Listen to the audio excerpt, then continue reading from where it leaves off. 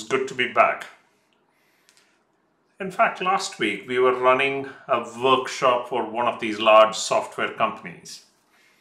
And we were all talking about business value creation. What does it take to create measurable, monetizable business value? We were walking through different frameworks.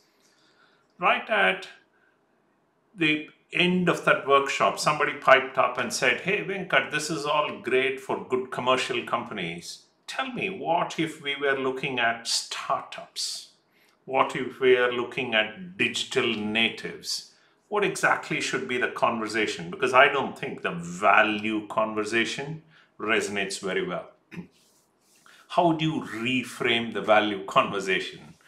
And that is when we started talking about how, at least in startups, we need to start talking about risk, where you have to talk about multiple types of risks, the probability of risks, the cost of risks.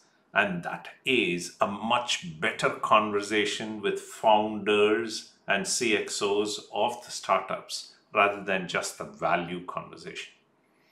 Now, having said that, it doesn't mean that it has to be value or risk. Remember, you have to move away from the tyranny of the or and embrace the possibilities of the and. It's value and risk, but which one you sequence first depends upon the nature of the organization. Traditional industries, large established organizations lead with business value, follow it up with the risk conversation.